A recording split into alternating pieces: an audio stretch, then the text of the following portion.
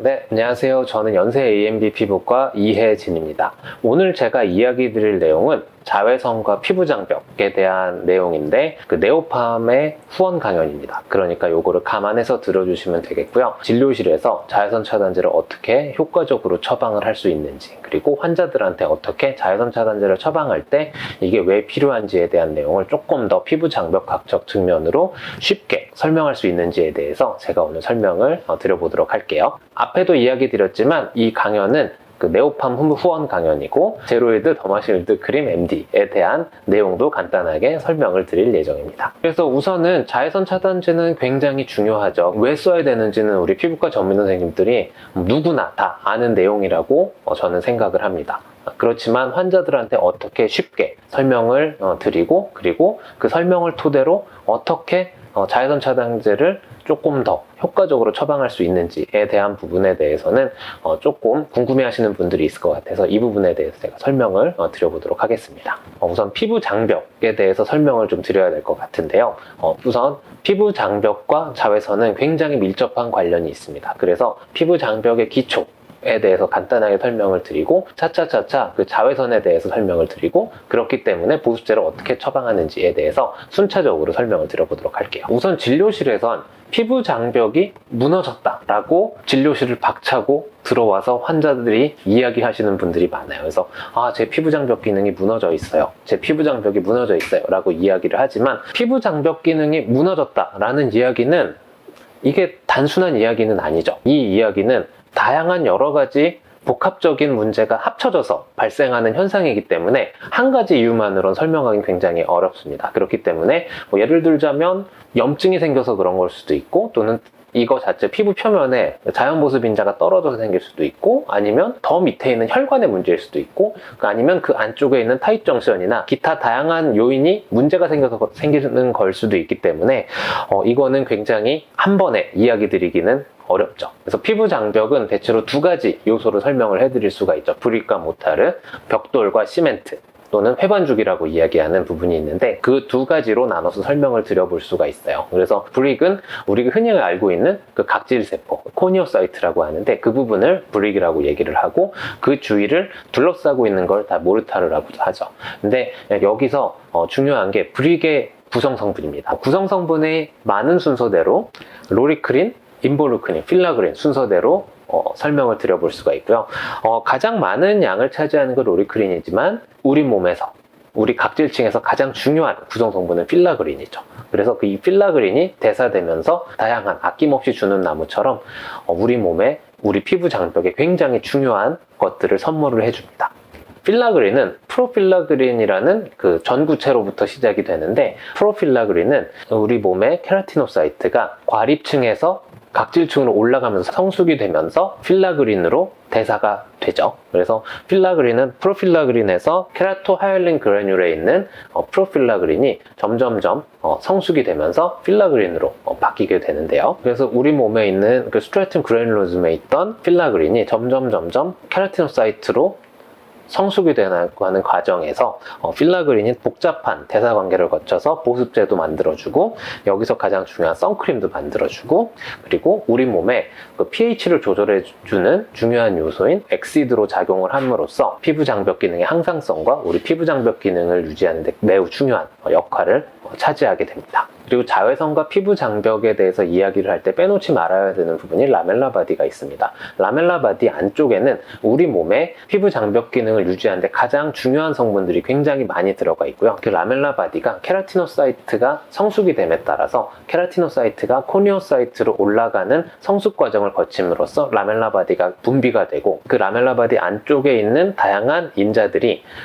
코니오사이트와 코니오사이트를 붙여주는, 그리고 코니오사이트와 코니오사이트 안쪽에 구성 성분들을 채워주는 역할을 함으로써 그쪽 부분에 매우 중요한 역할을 하게 됩니다. 그래서 그 라멜라 바디 안쪽에는 그 리피드가 있고 엔자임이 있는데, 그 리피드는 포스폴리피드나 스핑고마일린, 그리고 콜레스테롤, 그리고 글리코실 세라마이드로 이루어져 있고, 엔자임은 리피드 하이드롤레이즈나 글라이코시데이스, 그리고 프로티에이즈, 엑시드, 포스파타이즈 등으로 이루어져 있고, 이게 그 피부 장벽 안쪽에 있는 그 다이나믹한 작용을 하는 데 있어서 매우 중요한 역할을 하게 되죠. 스트라튬 그래놀로즘과 스트라튬 코늄 그 사이의 인접 부위에서 이게 활발하게 분비를 하게 되어서 우리 몸의 보습에도 매우 중요한 역할을 하고 있습니다. 그래서 이러한 그 라멜라 바디가 각질층 위쪽으로 올라가면서 성숙을 하게 되는데, 이 성숙을 할 때는 pH가 굉장히 중요한 역할을 하게 됩니다. 그 얘기는 뭐냐면, 이 그림을 보면 라멜라 바디가 그 스트라튬 그래놀로즘에서 스트라튬 코늄으로 위로 올라오면서 분비가 되고 이게 성숙 과정을 거치게 되는데, 이때 pH가 더 중요한 역할을 하게 됩니다.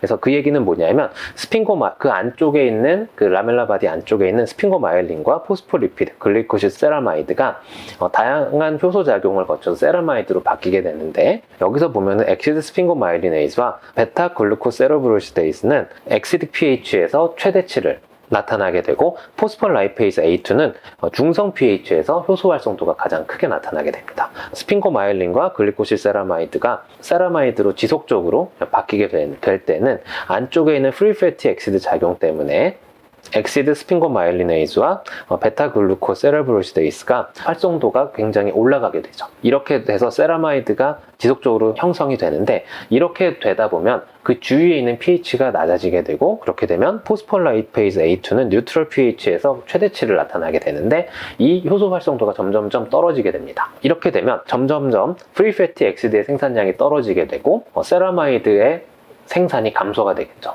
이 얘기는 다시 말하면 pH가 점점 올라간다는 이야기고, pH가 올라가게 되면 다시 포스폴라이페이즈 A2의 활성도가 높아가게 돼서 pH가 다시 낮아지게 되고, 이렇게 되면 세라마이드가 생산이 늘어나게 되는 피드백 작용을 통해서 우리 몸이 조절이 되고 있습니다. 그래서 이 안쪽에 있는 그 세라마이드가 또 중요한데, 이 세라마이드는 우리 몸에서 피부 장벽 기능에 가장 중요한 역할을 한다고 하고 있죠. 그래서 보습제에서 세라마이드나 세라마이드랑 비슷한 이런 성분을 넣어서 우리 몸의 기능성 보습제라고 판매를 하고 있고요. 그렇기 때문에 피부 장벽 기능이 떨어져 있는 예를 들어서 아토피 피부염이나 어린선 같은 경우에는 피부 장벽 기능이 굉장히 떨어져 있고, 이럴 때는 세라마이드의 생산량도 굉장히 떨어지게 되어 있어서, 이렇게 되면 피부 장벽 기능도 더 떨어지게 돼서 다양한 염증성 반응을 일으킬 수가 있기 때문에, 이 세라마이드는 우리 피부 장벽에서 굉장히 좀 중요한 역할을 한다고 볼 수가 있습니다.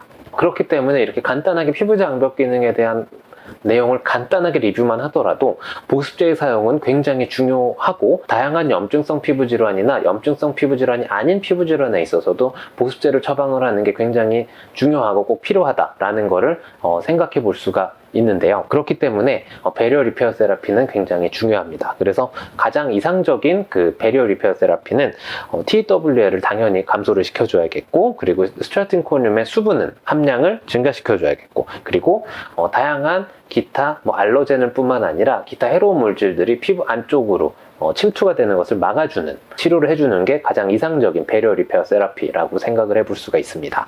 그렇기 때문에 우리 몸의 자연 보습 인자와 유사한 성분들을 배합해서 보습제를 처방하고 보습제를 생산하는 게 굉장히 중요하다고 볼 수가 있겠고요. 그렇기 때문에 세라마이드와 콜레스테롤, 프리패티 엑시드 이거의 배합을 적절하게 해서 보습제를 생산을 하는 게 굉장히 중요하다고 볼 수가 있겠죠.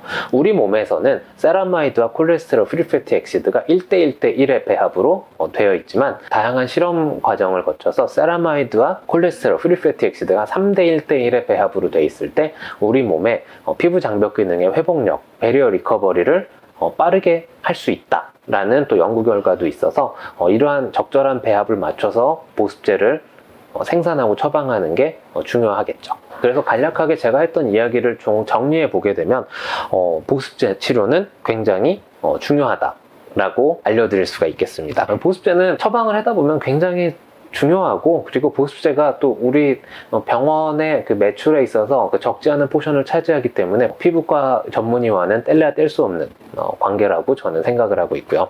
그래서 보습제 치료의 장점에 대해서는 당연히 피부 장벽 기능을 보호해주는, 피부 장벽 기능을 교정해주는 기능을 갖고 있고, 적절하게 pH를 조절해주는, 다시 말하면 pH를 떨어뜨림으로써 우리 몸의 그 세린 프로이테이즈 액티비티뿐만 아니라 다양한 우리 몸의 피부 장벽 기능을 좋아지게 만드는 그런 환경을 조성해 줄 수 있는 장점이 있고요.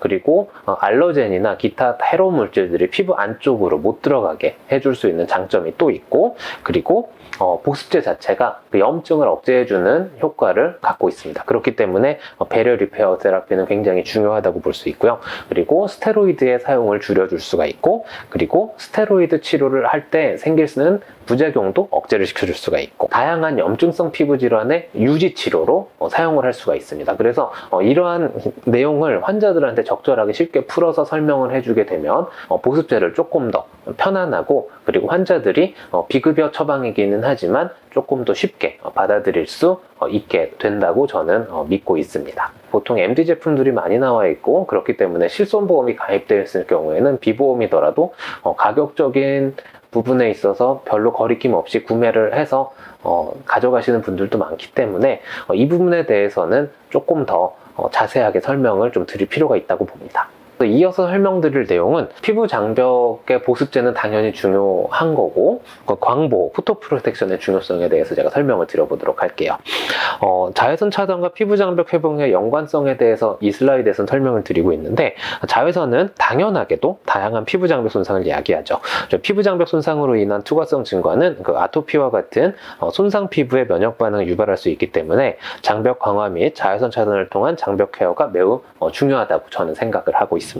그래서 TWL이 증가함으로써 피부 건조증 당연히 약화가 되고, 이렇게 되면 세포간 지질 구성 장애, 각질 세포 연결이 약화가 되어서 피부 장벽의 그 응집력이 감소를 하게 되겠죠. 또한 피부 장벽에 미세한 틈이 벌어지게 되고, 그렇게 되면 투과성이 증가하고, 피부 장벽의 투과성이 증가하게 되면 다양한 그 알러젠의 투과를 증가시켜서 면역 반응을 유발할 수가 있죠. 지속적인 그 자외선을 수년간 장기간 동안 받게 되면 광노화가 일어나게 되는데, 광노화가 일어남으로써 제가 앞서 설명드린 이 부분이 촉진이 돼서 이게 더 피부에는 안 좋은 현상을 주게 되죠. 그렇지만 적절한 자외선은 우리 몸의 순기능을 해주기도 합니다. 예전 연구 논문에 따르면 홍반, 서브에리스말 도즈라고 하는데, 홍반이 생기기 바로 직전까지의 자외선 농도를 지속적으로 조사하게 되면 이 자체가 우리 몸에서 긍정적인 피부 장벽 기능을 좋게 해주는 다양한 현상을 나타나게 한다라는 연구 결과도 있었고요. 그렇기 때문에 적절한 자외선은 우리 몸의 순기능을 하게 되지만, 적절하지 않은 이거보다 더 과한 자외선을 지속적으로 노출을 받게 되면 광노화와 같은 안 좋은 영향을 미치게 되겠죠. 이미 피부 장벽 기능이 손상된 피부에 있어서 자외선 차단은 당연히 보습제뿐만 아니라 자외선 차단도 굉장히 중요하다고 저는 생각을 하는데요. 그래서 자외선은 아토피 피부염뿐만 아니라 뭐 우리가 이야기하는 로자시아, 주사라고 하죠. 그래서 그러한 피부 질환 또는 다양한 염증성 피부 질환의 발병 및 악화에 영향을 줄 수 있는 외부 요인 중 하나라고 알려져 있습니다. 그렇기 때문에 자외선에 의해서 발병될 수 있는 대표적인 질환 중에 하나가 광선각화증이나 광과민성 피부 질환, 이런 것들이 있는데요.